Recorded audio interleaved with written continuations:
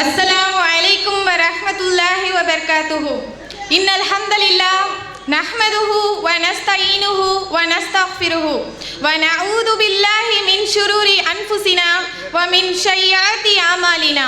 मन यहदियल्लाहु फला मुदिल्ल लहु व मन युद्लिल फला हादिय लहु। व अशहदु अल्ला इलाहा इल्लल्लाह वहदहु ला शरीका लहु व अशहदु अन्न मुहम्मदन अब्दुहु व रसूलुहु अम्मा बाद। இந்த உலகத்திற்கு இறுதி தூதராக அனுப்பப்பட்ட நபிகள் நாயகம் ஸல்லல்லாஹு அலைஹி வஸல்லம் அவர்கள் மீதும் அவர்களின் அடிச்சுவடுகளை அப்படியே பின்பற்றும் சத்திய சஹாபாக்கள் மற்றும் சஹாபிய பெண்மணிகள் மீதும் நம் அனைவரின் மீதும் அல்லாஹ்வின் சாந்தியும் சமாதானமும் உண்டாகட்டுமாக. அல்லதி ஹலக்கல் மௌத வல் ஹயாத லியப்லுவக்கும் அய்யுக்கும் அஹ்ஸனு அமலா.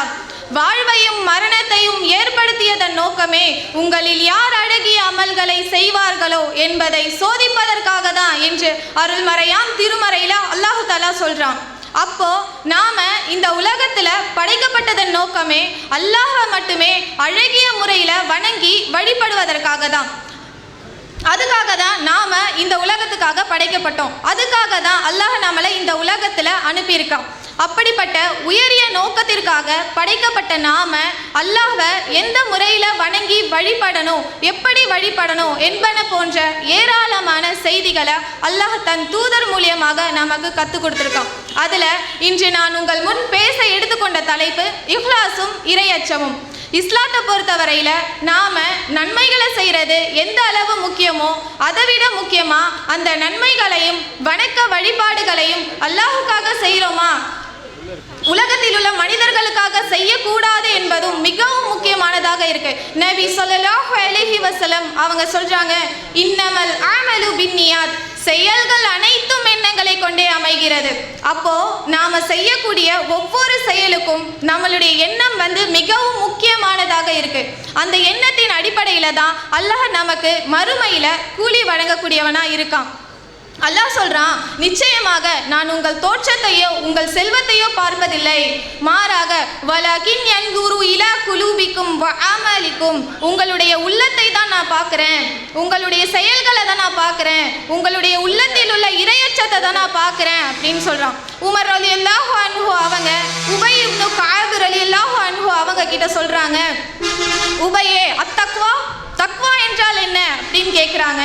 அதுக்கு உபை அவர்கள் சொல்றாங்க, நீங்கள் முட்கள் நிறைந்த அடர்ந்த காட்டுல பயணம் செஞ்சிருக்கீங்களா அப்படின்னு கேட்குறாங்க. அதுக்கு உமர் ரலியல்லாஹு அன்ஹு அவங்க சொல்றாங்க, ஓ நான் பயணம் செஞ்சிருக்கேனே, அப்படி என்றால் நீங்க எப்படி பயணம் செய்வீங்க அப்படின்னு சொல்லிட்டு உபை அவர்கள் கேட்குறாங்க. அதுக்கு உமர் ரலியல்லாஹு அன்ஹு சொல்றாங்க, என்னுடைய உடையையும் என்னுடைய உடலையும் பாதுகாத்தவாறு அதே சமயம் என்னுடைய உடலில் எந்த ஒரு முள்ளும் தைத்துவிடக் கூடாது என்பதற்காக நான் என்னுடைய ஒவ்வொரு அடியையும் பார்த்து கவனத்தோடு கடந்து வருவேன் அப்படின்னு சொல்றாங்க. அதுக்கு உபை அவர்கள் சொல்றாங்க, அதே போன்றுதான் இறையச்சமும். அதாவது ஒரு மனிதன் தன்னுடைய வாழ்க்கையில தன்னுடைய ஈமானும் கெட்டு போகாம தன்னுடைய அமலும் கெட்டு போகாம எந்த ஒரு சூழ்நிலை வந்தாலும் அவற்றிலிருந்து கடந்து வருவதுதான் இறையச்சமும். அத்தகைய இறையச்சத்தை தானே அல்லாஹ் கிட்ட நம்மளை கண்ணியப்படுத்தும். அல்லாஹ் சொல்றான், இன்ன அக்ரமக்கும் இந்தல்லாஹி அஸ்காக்கும், அல்லாஹ்விடத்தில் கண்ணியமிக்கவர் உங்களில் மிகுந்த இறையச்சமுடையவரே. அப்போ இறையச்சம் என்பது வெறும் வணங்கி வழிபடும் நேரத்துல மட்டுமே வெளிப்படக்கூடிய போலியான பக்தியா? அது நம்மளுடைய ஒவ்வொரு செயல்பாட்டிலையும் இருக்கணும். நாம வணக்கமா கருதக்கூடிய தொழுகை, நோன்பு, ஜக்காத், ஹஜ் போன்ற ஒவ்வொரு விஷயத்துல இருந்தும் அது வெளிப்படணும். அல்லாஹ் சொல்றான், நம்பிக்கை கொண்டவர்களே, வ அகீமுஸ் ஸலாத் வ ஆத்துஸ் ஸகாத், தொழுகையை நிலைநாட்டுங்க, ஜக்காத்தை கொடுங்கன்னு. ஆனா இன்று பெரும்பாலான மனிதர்கள் தங்களுடைய இறைவனுக்காக செய்யக்கூடிய சின்ன சின்ன அமல்களை கூட பேருக்காகவும் புகழுக்காகவும் பணத்திற்காகவும் செய்யக்கூடிய சூழ்நிலையை பார்க்கிறோம். அவங்க இது குறித்து எந்தவித அச்சமும் இல்லாம இயல்பா செயல்படுறாங்க.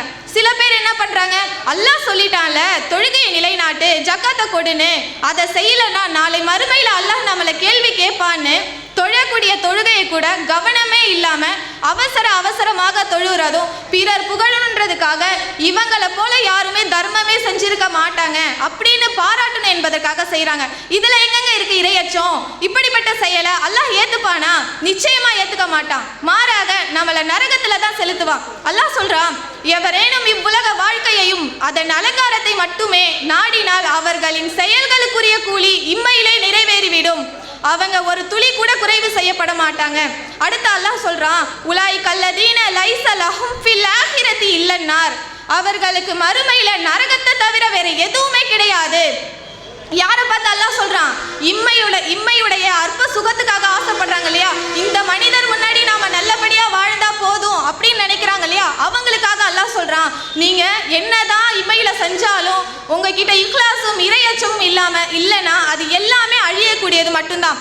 இதே நாம செய்யக்கூடிய ஒவ்வொரு செயலும் அல்லாஹுக்காக தான் என்ற தூய இக்லாஸோடவும் இறையச்சத்தோடவும் செஞ்சா அதற்கான பிரதிபலன் அல்லாஹ் கிட்ட இருக்கு. இப்போ ஹஜ்ஜு பெருநாள் வேற வருது, எல்லாரும் ஹஜ்ஜு செய்யணும், குர்பானி கொடுக்கணும் அப்படின்னு சொல்லிட்டு நினைப்போம். இன்னைக்கு பெரும்பாலான மனிதர்கள் அல்லாஹுக்காக செய்கிற ஒரு விஷயம் அப்படின்னு சொல்லிட்டு பார்த்தோன்னா அதில் குர்பானி கொடுக்கறதும் ஒன்று. ஒருத்தவங்க மாடு சைஸுக்கு ஆடு வாங்குவாங்க, அதில் தப்பு இல்லை. ஆனால் இந்த தெருவில் இதை போல் யாரும் கொடுத்துருக்க கூடாது, எல்லாரும் மூக்கு மேலே விரலை வச்சுட்டு பார்க்கணும் அப்படின்னு செய்கிற செயலில் என்ன பயன் இருக்க போகுது? அல்லாஹ் சொல்கிறான், லை யனாலல்லாஹு லஹுமுஹா வல திமாஉஹா. அவற்றின் மாமிசங்களோ அவற்றின் ரத்தங்களோ அல்லாஹ்வை சென்றடைகிறதில்லை. மாறாக வலகி யனாலுஹு தக்வா மின்கும், உங்களிடம் உள்ள இறையச்சமே அல்லாஹ்வை சென்றடையும். அத்தகைய இறையச்சத்தை தான் அல்லாஹ் கிட்ட நம்மளை ஒன்று சேர்க்கும். அல்லாஹ் சொல்றான், அத்தகைய இறையச்சத்தை தான் நான் நேசிக்கக்கூடியவனாக இருக்கேன். அப்போ அந்த மாதிரி இறையச்சம் நம்ம கிட்ட இருந்தாக்கா அதன் மூலியமாக இம்மையில ஏற்படக்கூடிய சோதனையில இருந்து கூட நாம அல்லாஹ் கிட்ட பாதுகாவல் தேடலாம் இல்லையா? நபி ஸல்லல்லாஹு அலைஹி வஸல்லம் அவங்க சொல்றாங்க, உங்களுக்கு முன்னாடி வாழ்ந்தவர்கள்ல ஒரு 3 பேர் நடந்து சென்று கொண்டிருக்கும் போது மழை பெஞ்சுது. உடனே அவங்க குகையில போயிட்டு தஞ்சம் புகுந்தாங்க.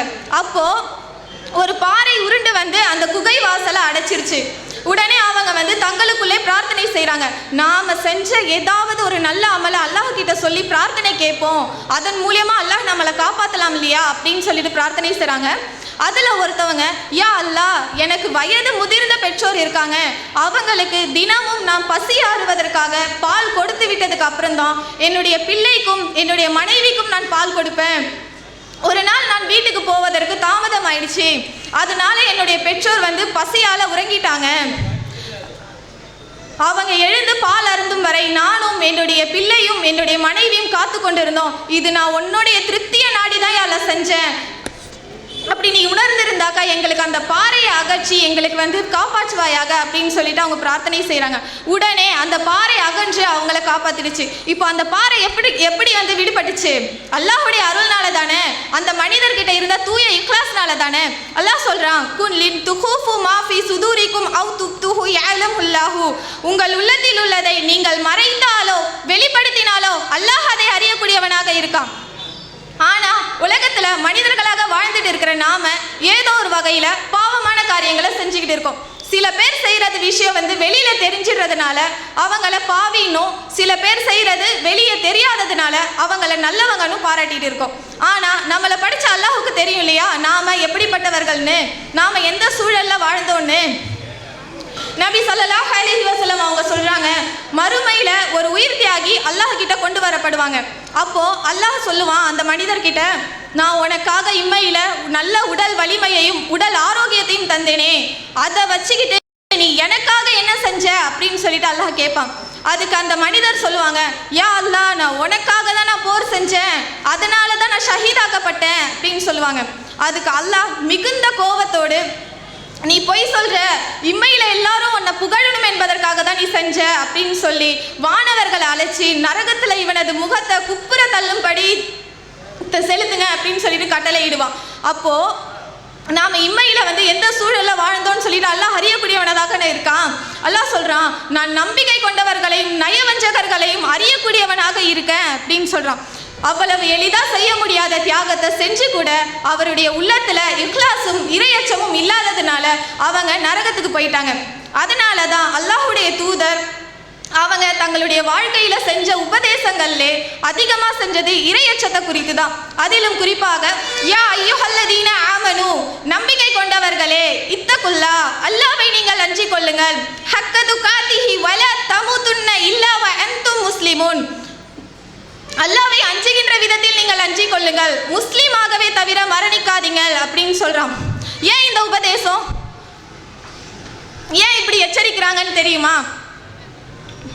நிரந்தரமே இல்லாத இந்த உலகத்துக்காக நாம நிலையான நம்மளுடைய மறுமையை தொலைச்சிக்கிட்டு அல்லாஹ் முன்னாடி ஒரு குற்றவாளியா நின்னிடக்கூடாது என்பதற்காக தான் அல்லாஹ் தன் தூதர் மூலியமா நம்மளை எச்சரிக்கிறான்.